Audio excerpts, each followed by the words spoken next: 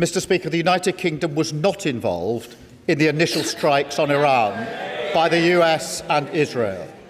আমি অত্যন্ত স্পষ্টভাবে বলছি, আমেরিকাকে সাইপ্রাসে থাকা আমাদের ঘাঁটিগুলো ব্যবহার করে ইরানে হামলা চালানোর অনুমতি দেওয়া হয়নি। সাইপ্রাসের নিরাপত্তা আমাদের কাছে অত্যন্ত গুরুত্বপূর্ণ। এটি এখন স্পষ্ট যে সর্বোচ্চ নেতার মৃত্যু ইরানকে এই হামলা চালানো থেকে বিরত করতে পারেনি, বরং তাদের বর্তমান অবস্থান আরও বেপরোয়া এবং সাধারণ মানুষের জন্য বিপজ্জনক হয়ে উঠেছে। তারা অত্যন্ত নির্মমভাবে সামরিক লক্ষ্যবস্তুর পাশাপাশি অর্থনৈতিক স্থাপনাগুলোতেও হামলার পরিকল্পনা করছে। আমেরিকা অত্যন্ত সুনির্দিষ্ট এবং সীমিত আত্মরক্ষামূলক উদ্দেশ্যে আমাদের ঘাঁটি ব্যবহারের অনুমতি চেয়েছিল।